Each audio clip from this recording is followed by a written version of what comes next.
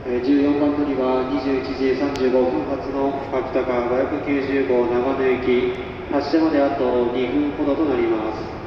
秋田間590号長野行きご利用のお客様、14番乗りは停車中の列車、ご乗車になられましてお待ちください。秋田間590号長野行き、あと2分ほどでの発車です。ご利用のお客様、ご乗車になられましてお待ちください。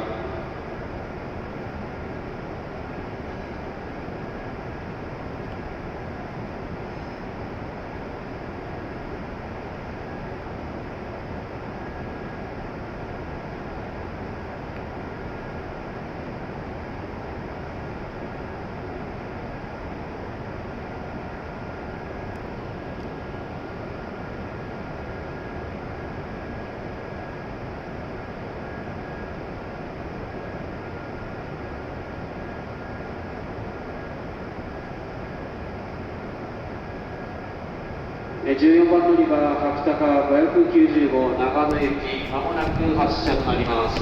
ご利用のお客様、ご乗車になられましてお待ちください。14番乗り場、秋田間590号長野行き、まもなく発車となります。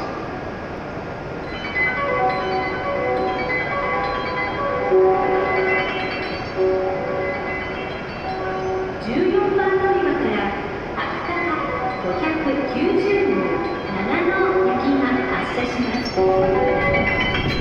ドアが閉まります。ご注意ください。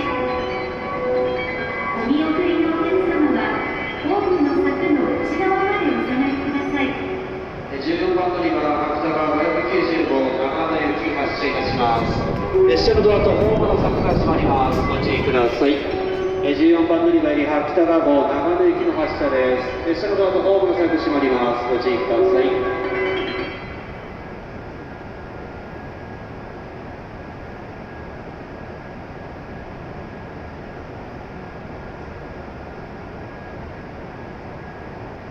秋田間号発車いたします。